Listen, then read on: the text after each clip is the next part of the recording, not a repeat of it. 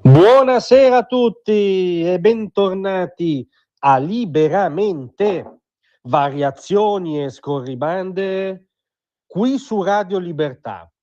Allora, ormai ci sono 3 lettere che corrispondono a un acronimo inglese che sono diventate un caso di psicosi collettiva in Italia, e sono AIS ovviamente, no?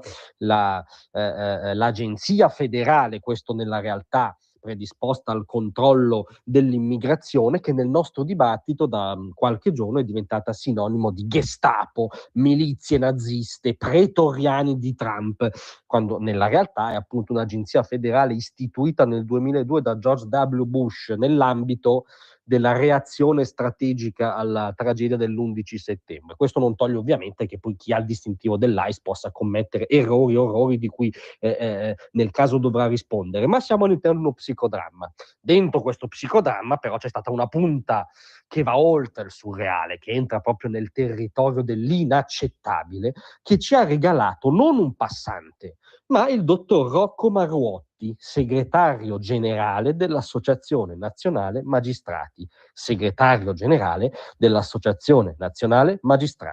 che su Facebook ha pubblicato un post dove c'è la foto che ha fatto il giro ovviamente di tutti i siti di tutto il mondo, dell'infermiere Alex Pretti, deceduto in seguito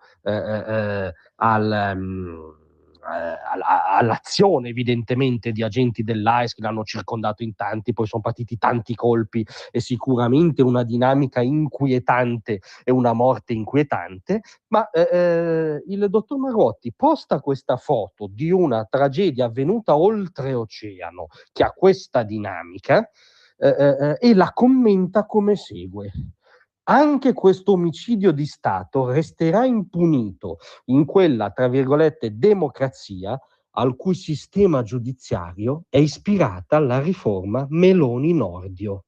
Non ci capacitiamo noi stessi di quanto abbiamo letto, è incredibile che si scenda a un tale livello, siamo nel sottoscala dell'umanità prima ancora che del dibattito, fatto salvo che la riforma della giustizia non consiste affatto in un copia e incolla del sistema giudiziario americano, che per 1000 motivi è diversissimo da quello anche che scaturirebbe dalla riforma. È un sistema integralmente accusatorio, basato su una parità integrale tra accusa e difesa. Molti procuratori distrettuali dello Stato, la grandissima parte, sono eletti dal popolo. È un sistema che privilegia le prove orali sviluppate in contraddittorio nel dibattimento piuttosto che la raccolta di prove scritte e documentali. Insomma, non c'entra nulla per molti versi, ahimè, con la riforma il sistema giudiziario americano, ma al di là di questo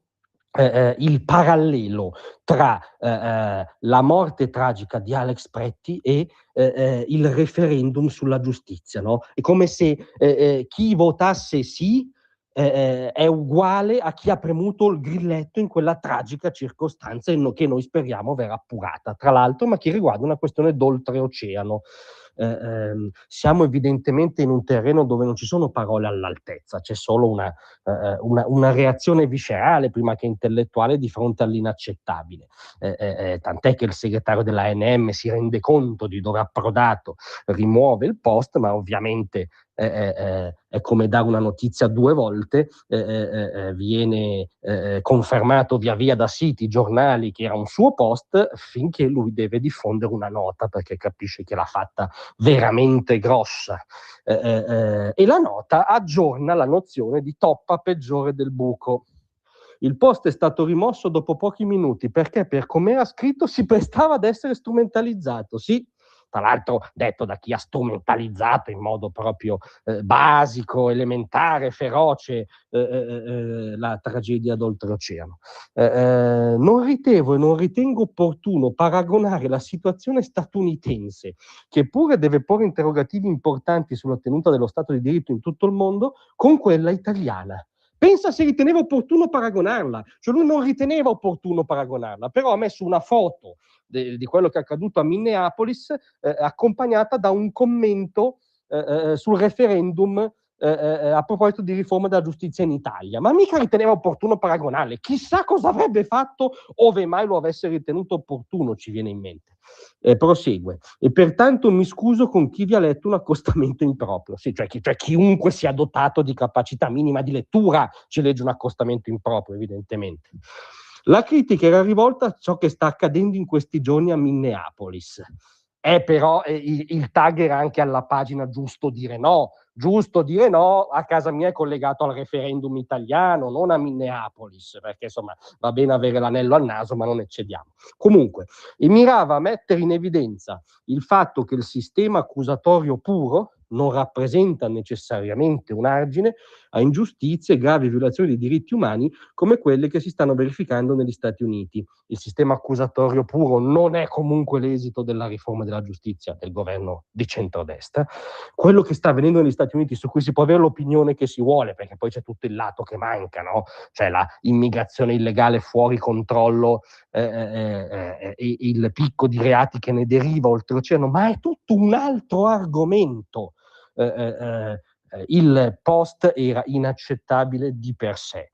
Le scuse di cui prendiamo atto sono un'arrampicata sugli specchi di dimensioni olimpioniche, diciamo, e la morale che se ne ricava è che se una punta di diamante, non solo del fronte del no, ma della categoria dei magistrati italiani, il segretario dell'ANM, ha questi argomenti per spiegare il loro no, la conclusione neanche tanto implicita è che bisogna votare al 101% sì. Grazie a tutti, a domattina.